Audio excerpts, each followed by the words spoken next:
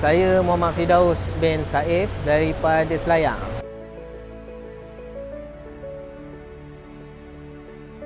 Saya pilih salah satu dia sebab dia punya servis dia okey. Dan senang yang kita nak berurusan dengan salesman dia.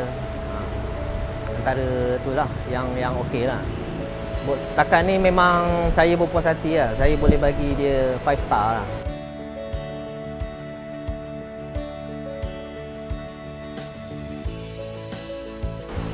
Saya memilih Yuska ni sebab salah satu kita nak berurusan dengan salesman dia senang lah. Kalau saya nak pilih kereta baru ni, yalah memanglah orang cakap kereta baru ni. Tapi sebab kereta baru saya dah try banyak tempat dah tak lepas. So saya cuba cari alternatif lain lah untuk dapatkan biji kereta juga. Itu yang saya memilih Yuska yang saya dah biasa berurusan kan. So dia punya servis pun okey semua, tak ada masalah. Dan saya masuk dekat kereta baru ni saya dah try banyak tempat dah tapi semua tak lepas. Tapi bila saya try dengan Viseng ni kan, saya masuk sehari je untuk loan tu. Dah settle lah masalah.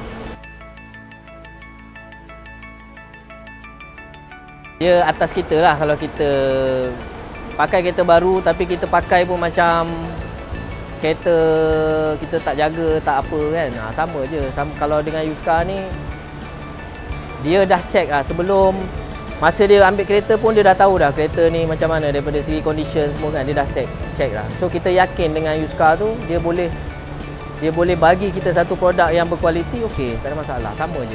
Sebabkan saya bagi rate yang tinggi, memang saya akan recommend. Ingat Yuska, ingat Sengka.